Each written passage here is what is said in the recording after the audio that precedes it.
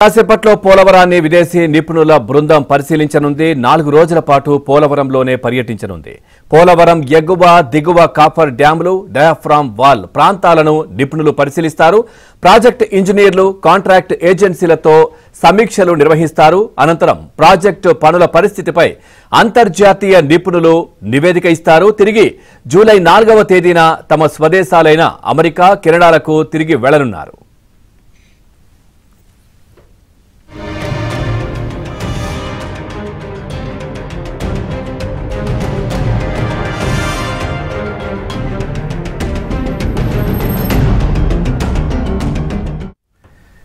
కాసేపట్లో నిపుణుల బృందం రాజమండ్రి నుంచి పోలవరం ప్రాజెక్టు అతిథి గృహానికి రోడ్డు మార్గాన చేరుకుంటారు. ప్రాజెక్టు అధికారులతో కలిసి ఎగువ కాఫర్ డ్యాం, రివర్ బెడ్లో జెట్ గ్రౌంటింగ్, ఎగువ కాఫర్ డ్యాం సెక్షన్, డ్యాం నిర్మాణం, ఫోటో ఎగ్జిబిషన్, ఐసీసీఎస్ ద్వారా నిర్ధారించిన కాఫర్ డ్యాం సామర్థ్యం, సిపేజీ విషయంలో 2023 సెప్టెంబర్లో హెచ్పిటి ప్రొఫెసర్ రాజు బృందం నివేదికలను పరిశీలిస్తారు. అనంతరం 2020-23 వరకు జరిగిన సిపేజీ తీవ్రత తెలిపే ఫిజియోమీటర్ రీడింగ్లు, మట్టి రాతి నాణ్యత పరిశీలన, జియోఫిజికల్ నివేదికలు, ఏఎఫ్ఆర్వై ప్రతిపాదించిన జియో టెక్నికల్ పరిశోధన వివరాలను పరిశీలిస్తారు.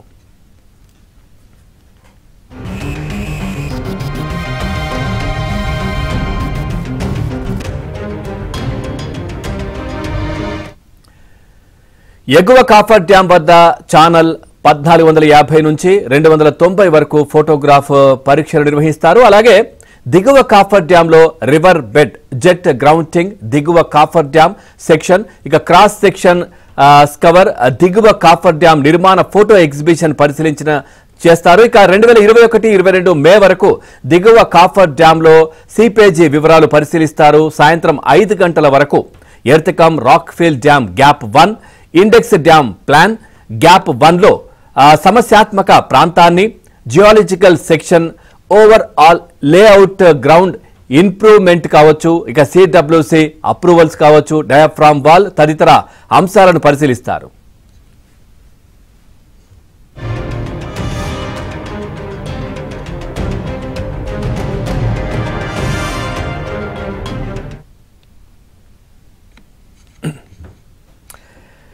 రెడ్డిక కాసేపట్లో పోలవరాన్ని విదేశీ నిపుణుల బృందం పరిశీలించనుంది. 4 రోజుల పాటు పోలవరంలోనే పర్యటించనుంది. పోలవరం ఎగువ కావచ్చు, దిగువ కాపర్ డ్యాంలు, డయాఫ్రామ్ వాల్ ఇలా ప్రాంతాలను పూర్తిగా నిపుణులు పరిశీలిస్తారు. ఇదే విషయానికి సంబంధించి మరింత సమాచారాన్ని మా కరెస్పాండెంట్ రాంబాబు అందిస్తారు. రాంబాబు, ఈరోజు విదేశీ నిపుణులు ఏదైతే పోలవరానికి సంబంధించినటువంటి అంశాన్ని, గత 5 సంవత్సరాల్లో జరిగినటువంటి డ్యామేజ్ పూర్తిగా ఏ విధంగా జరిగింది, దీన్ని పరిశీలించి ఒక నివేదిక ఇచ్చే అవకాశాలు కనిపిస్తా ఉన్నాయి. పూర్తి డీటెయిల్స్ ఏంటి వీటికి సంబంధించి? పవన్, మనం చూస్తున్నాము పోలవరం డ్యామేజ్ జరిగింది నష్టం అంతా ఇంత కాదు. 2020 నుంచి 2024 వరకు అయితే ప్రధానంగా ఎక్కువగా నష్టం జరిగినట్లుగా అయితే అధికారులు భావిస్తున్నారు. ఎందుకంటే 2019లో వైసీపీ ప్రభుత్వం అధికారంలోకి వచ్చింది.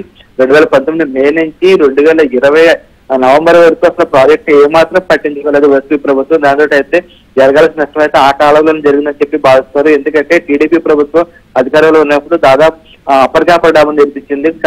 కేవలం 600 మీటర్లు మాత్రమే అప్పర్ కాపర్ డ్యామ్ నిర్మించాల్సింది. అదే సమయంలో డయాఫ్రామ్ వాల్ కూడా నిర్మించింది.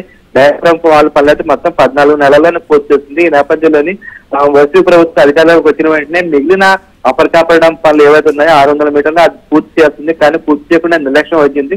దాంతో 2020 ఆగస్టు వచ్చిన వరదలకు డయాఫ్రామ్ వాల్ దెబ్బతింది. ఆ డయాఫ్రామ్ వాల్ ఎంత దెబ్బతిన్నది నిర్ధారించడానికి కూడా వైసీపీ ప్రభుత్వం పూర్తిగా చొరవ తీసుకుని చాలా కాలం పాటు కాలయాపన చేస్తుంది. ఆ ఫలితం అయితే ఇంకా కొనసాగుతుంది. ఆ ఫలితం అయితే పూర్తిగా ప్రాజెక్టు పనుల మీద ప్రత్యక్షంగా ఆ ప్రభావం చూపించింది. మొత్తం పనులను ఆగిపోయేలా చేస్తుంది. డయాఫ్రామ్ వాల్ అయితే దాదాపు 4 చోట్ల, అంటే నది గర్భంలో, గోదావరి నది గర్భంలోని దాదాపు 100 మీటర్ల లోతున డయాఫ్రామ్ వాల్ నిర్మించారు. 2020 ఆగస్టులో వచ్చిన వరదలకైతే ఆ డయాఫ్రామ్ వాల్ 4 చోట్ల దెబ్బతిన్నట్లుగా మనకి అధికారుల పరీక్షల్లో తేలింది. దాంతో దాన్ని మళ్ళీ పునర్నిర్మించారా లేదా మరమ్మతులు చేయాలని దాన్ని ఒక నిర్ణయాన్ని అప్పట్లో వెస్ట్ ప్రభుత్వం తీసుకోవాల్సి ఉంది, కానీ ఆ నిర్ణయాన్ని తీసుకోలేదు. అంతేకాకుండా ఎప్పటికప్పుడు ఆ ప్రాజెక్ట్ పనులు మేము పూర్తి చేస్తామంటే చెప్పుకొచ్చారు. ఆ తర్వాత అప్పర్ కాపర్ డ్యామ్ నుంచి సీపేజ్ కూడా ఎక్కువగా వస్తున్నట్లుగా 2022-2023లో కూడా వీటన్నింటినీ ఇంజనీరింగ్ నిపుణులు ఎవరైతే ఉన్నారో అందుకే కెనడా నుంచి వచ్చిన ఇంజనీరింగ్ నిపుణులు అధ్యయనం చేసి ఒక నివేదికలు ఇస్తారు. జూలై 3న తర్వాత జూలై 4న వాళ్ళు తిరిగి తమ స్వదేశాలకు తిరిగి వెళ్తారు. Pawan, right, thank you Rambabu, thanks for the updates.